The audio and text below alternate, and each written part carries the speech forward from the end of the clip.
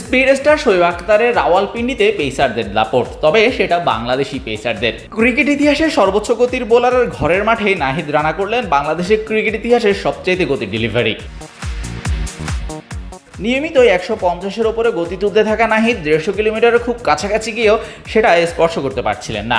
অবশেষে রাওয়ালপিন্ডি টেস্টের চতুর্থ দিন গতি তুললেন 152 কিলোমিটার ঘন্টায়, যেটা বাংলাদেশের ক্রিকেট ইতিহাসেরই সর্বোচ্চ গতি ডেলিভারি।